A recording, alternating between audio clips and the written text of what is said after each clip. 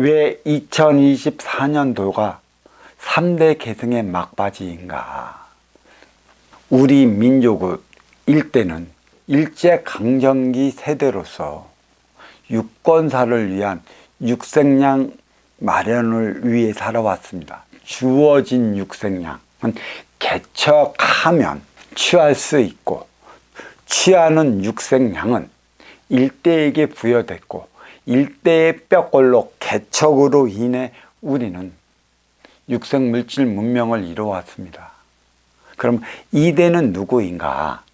이대는 전후 세대, 베이비붐 아날로그 세대를 가리키는 것이고, 이 이대는 육색량에 부과시킬 정신량을 마련해야 하는 세대이기 때문에 이들은 일대가 마련한 육색량에 정신량을 부과시켜 나가야 하기 때문에 이 육색량을 토대로 정신량을 마련해 나가야 할 세대라는 것인데, 안타깝게도 정신량 마련보다는 육색량에 육색량을 부과시켜 온 결과 양양상충으로 인해 쏠림이 심화되어 업그레이드 시대인데도 불구하고 풍요 속의 빈곤의 시대를 살아가고 있습니다.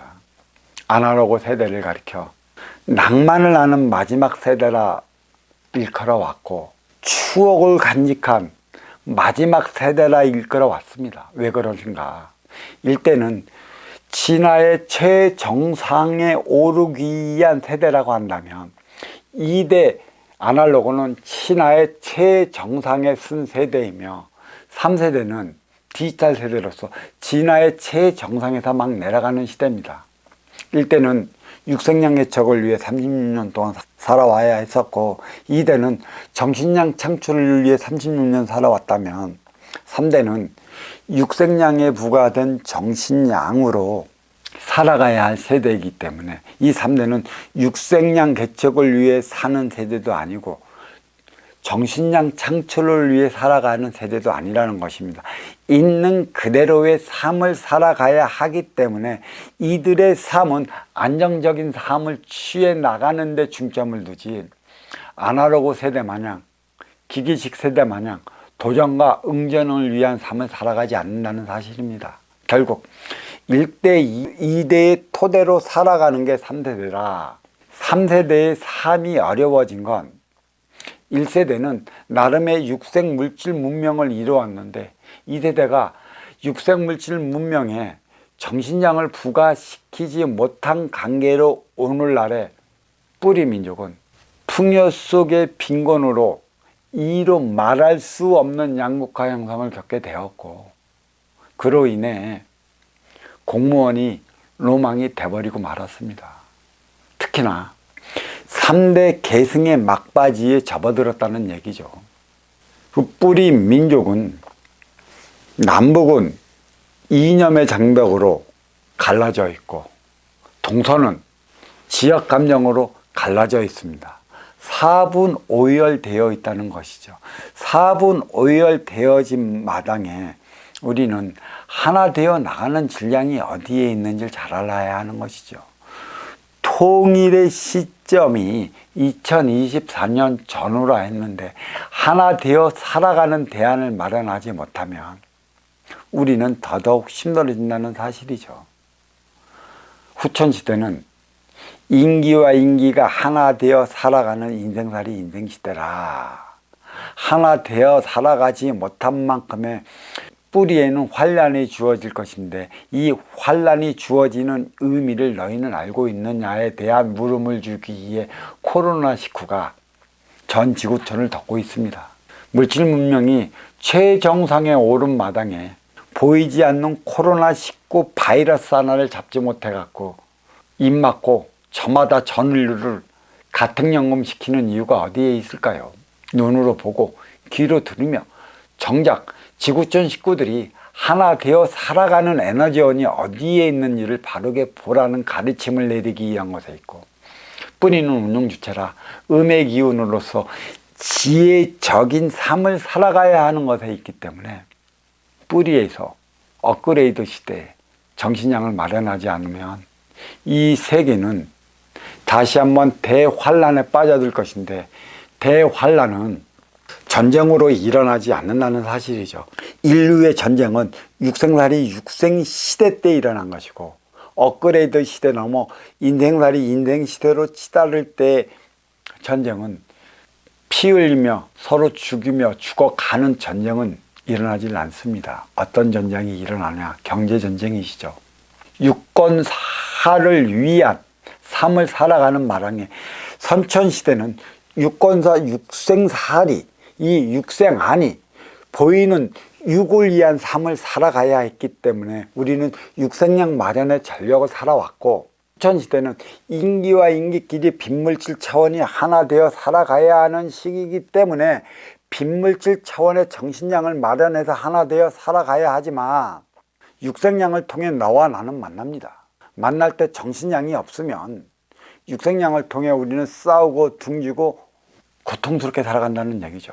그로 인해 벌어지는 게 경제전쟁인 것입니다. 정신량 없으면 경제전쟁은 벌어질 것이고, 이미 경제전쟁은 벌어지고 있고, 피 흘리고 피 터지는 싸움은 몸통의 그 중동 국가에서 일어날 것이며, 빈부의 격차, 양극화가 심화되고 쏠림이 심화됐기 때문에 전면 전쟁은 없고 테러의 전쟁은 있을 겁니다. 깨우침을 주기 위한 것에 있죠. 모쪼록 무서운 것, 경제전쟁이라는 것입니다. 빈익빈 부익부 차원의 삶을 이겨내지 못하면 우리는 더더욱 환란에 잡힐 것이고, 환란이 주어지는 이유가 어디에 있는가를 우리는 깊이 되새겨 봐야 할 것입니다. 개혁기, 격동기, 대변혁기, 가도기와 크게 다르지 않은 게 업그레이드 시대고, 업그레이드 시대가 20에서 30살 안으로 남녀가 만나 음양합의 공유수 가정을 꾸리는 시기와 다르지 않다라는 얘기입니다. 2024년이면 후천시대 하나 되어 살아가는 삶을 시작해야 하는데 과연 정신량은 어디에 있을까요? 하나 되는 화합의 질량은 어디에 있느냐는 것입니다.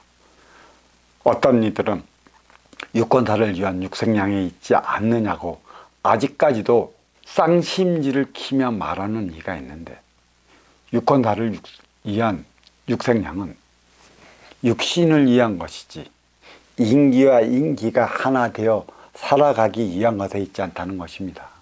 개체이자 주체의 삶을 살아간다는 것은 육신과 인기는 별개의 차원이라는 얘기죠.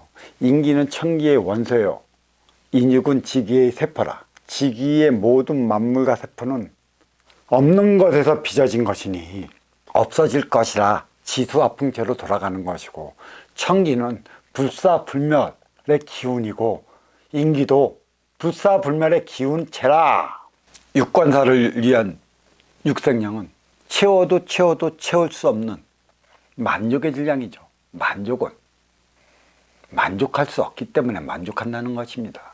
무엇을 이 순간에 만족한 건 만족한 것뿐인 것이지, 이 유권사를 위한 눈에 보이는 모든 질량은 물리게 되어 있고 질리게 되어 있고 실직내게 되어 있습니다.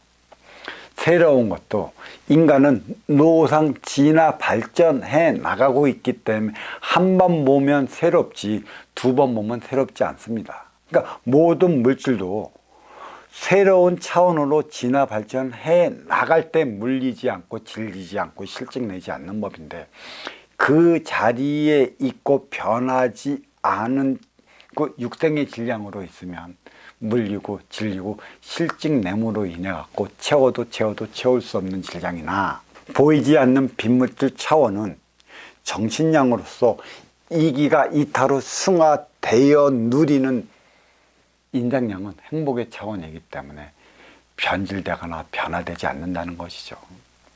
여기에서 운용의 주체가 활동의 주체의 손을 잡아준다면 금상첨화 아닐 수 없습니다.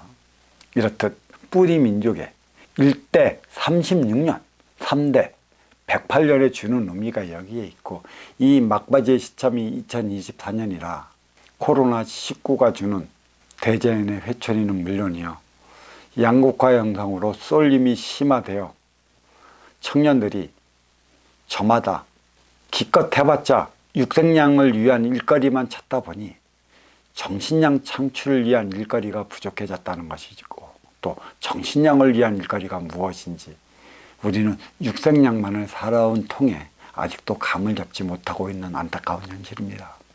음양이 하나 되어 꾸리는 가정.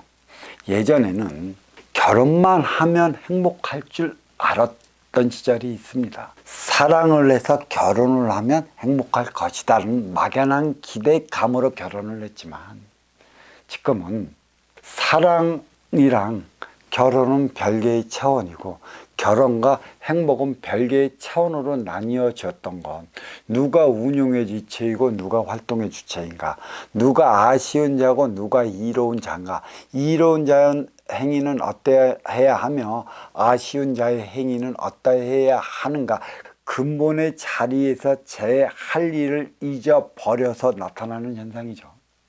결혼해서 살면 행복하리라 여겼던 우리 아날로그 시대의 차원과, 지금은 결혼하면 짐이라 생각하고 애 낳으면 행복하지 못할 것이라 생각에 사로잡힌 에코부모 세대들의 안타까운 삶의 현실은 육생량에 정신량을 부과시키지 못한 결과에 따른 삶의 표적으로 나타난다는 사실을 알아야 할 것입니다. 육생량 개척을 위해 살아가는 세대가 있다면 정신량 창출을 위해 살아가는 세대가 있고, 육생량에 부과된 정신량으로 인한 삶을 살아가는 세대가 있다는 사실을 안다면 2024년 얼마 남지 않은 이 시절에 우리가 무엇을 하며 무엇을 위해 살아가야 하는지를 한뼘이라도 알기 위한 노력을 게을리하지 말아야 할 때입니다. 자, 여기까지 하겠습니다. 감사합니다.